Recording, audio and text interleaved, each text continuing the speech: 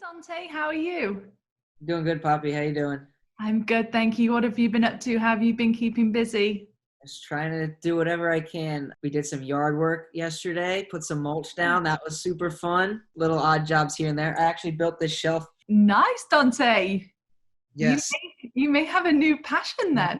that was a fun little project. You do have a very engineering mind. Yes, You want to be, well, you would have been a roller coaster engineer if you hadn't played for the Battery. yeah. But I enjoy making things. I've made a couple. I've made a desk or a table, a bench. So it's been fun. You have been keeping busy then because you're also now the proud parent of Tug, your gorgeous golden retriever puppy. Yeah. I think it must have been like a week or 2 weeks before all the stay-at-home social distancing stuff started. We went and picked him up right after the Atlanta game, actually, and brought him home. And it's kind of perfect time to have a puppy. Hold on, he's sleeping here. Let's see if I can. There really is no better time than to be at home with a dog, and especially with Tug. He has quickly become a fan favorite of the Battery. Let's see if he'll say hi. Oh, Tug, he is absolutely gorgeous. Bless him. Has there been anything surprised you about being a dog parent? Not really. I grew up with dogs, so I kind of knew. I've always had them around, so I was used to them. I'm worried about what's going to happen once we open things back up. I think he's going to have separation anxiety because I'm home all the time right now. How old is he now? Like 4 months.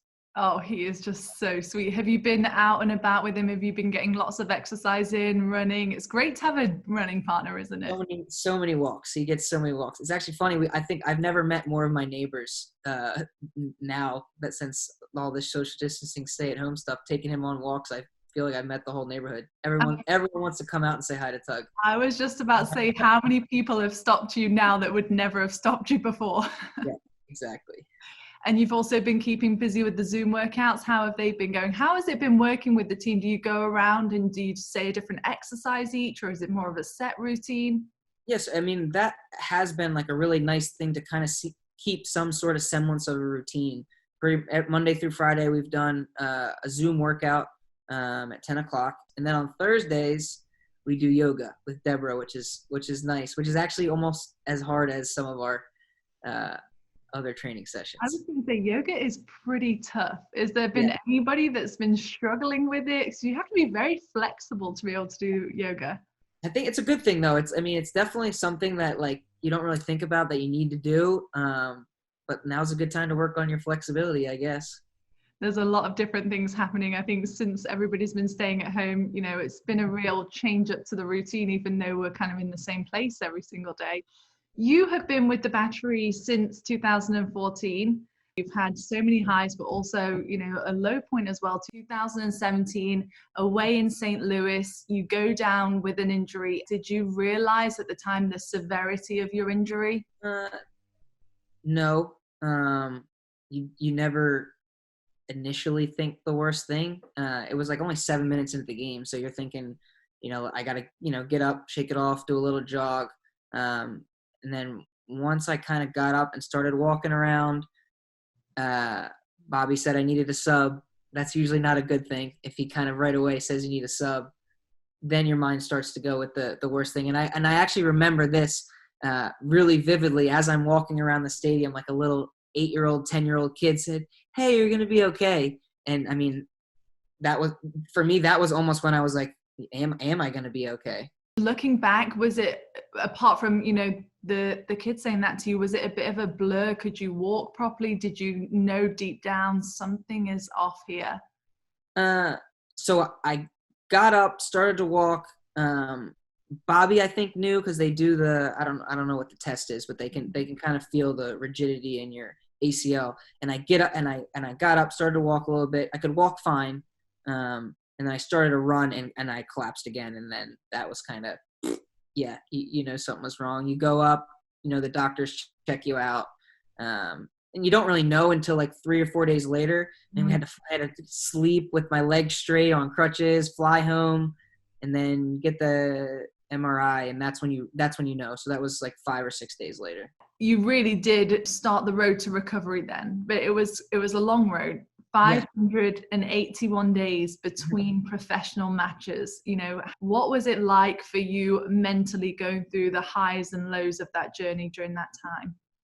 So I think the best thing that I decided to do was, for the first 3-4 months of my recovery, I went home and I was around my family, around my, at the time, then fiance, and just to have their support like right there every day, it's indescribable how important that support background, and not only the physical part of the recovery, but the mental part of the recovery is just as important.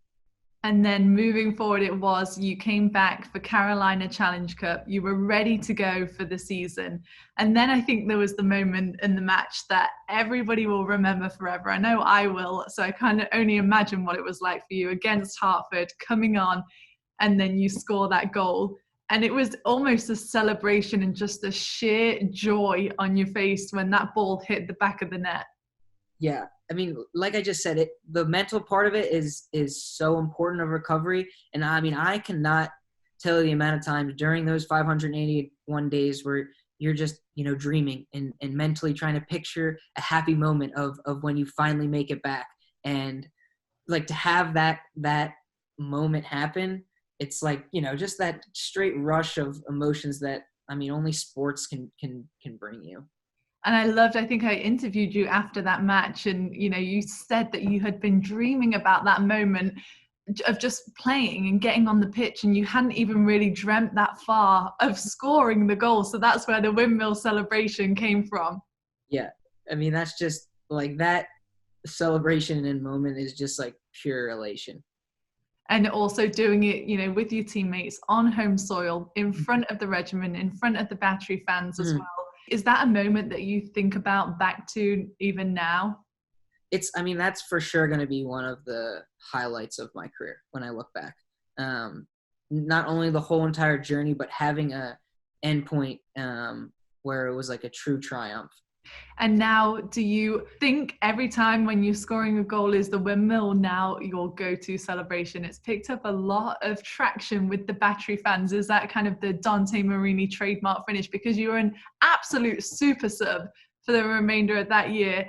Yeah. I mean, at the beginning of my career, pretty much the first 2 or 3 years, that was kind of what my role was to be this guy who could come off the bench and make an impact. And, as a soccer player, you always want to be the starter. You want to be the guy that's playing 90 minutes. But it was something that I took pride in my first couple of years, is being the guy who could come on and change a game. So last year, I was happy to be playing again, and to have a role that was able to make an impact was pretty special. But in terms of celebration, I got, everyone's kind of making a little fun of me because they're like, what are you doing? Like, what was that celebration? I coached a 2010 boys team, and a couple of the kids like made fun of me like the next week at practice. So I was figuring, you know what? It's kind of cool to have a signature celebration. I'm going to stick with that the rest of the year. And I got to do it 3 more times, which was cool. Everybody loves it. It is the go-to celebration. I think everybody is desperate for you to score because they want to see the celebration come. Yeah. And now you get to be part of a new chapter for the Battery. You're one of the most veteran players on the side. There's been a lot of change this off-season with the new ownership, the rebrand, and now having a different home to play in at Patriots Point that I know everybody is raring to get going when we finally can. How special is it for you to be part of this next chapter? Yeah. Rob and the whole ownership group have really done an awesome job of bringing all this energy and excitement to the team again. And to be a part of something new is pretty cool. The Battery's been around for 25 whatever years, and to be part of this new time and this new era of the team is a special thing that hopefully it'll carry on for 25 more years. What are you most looking forward to when we can get back underway? Paint your perfect picture for us. Who are we playing? Are you home or on the road? What does it look like for the Dante Marini dream?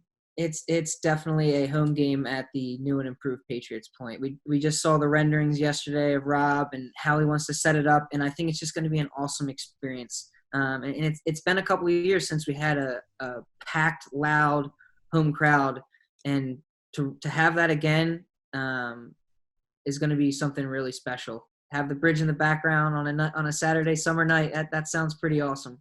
It's going to be very picture perfect. Uh-huh. All looking forward to it. What is on the agenda for you for the rest of the day today? Actually, I am doing a practice on Zoom with my 2011 boys team. We've been trying to just, another way to just keep busy and keep people happy and doing stuff they love. You have been very busy building Zoom workouts, walking your dog. You're a busy person these days. I don't sit well. I don't sit well doing nothing.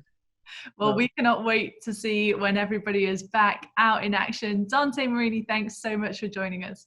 Thanks, Poppy. Everyone stay healthy, stay safe.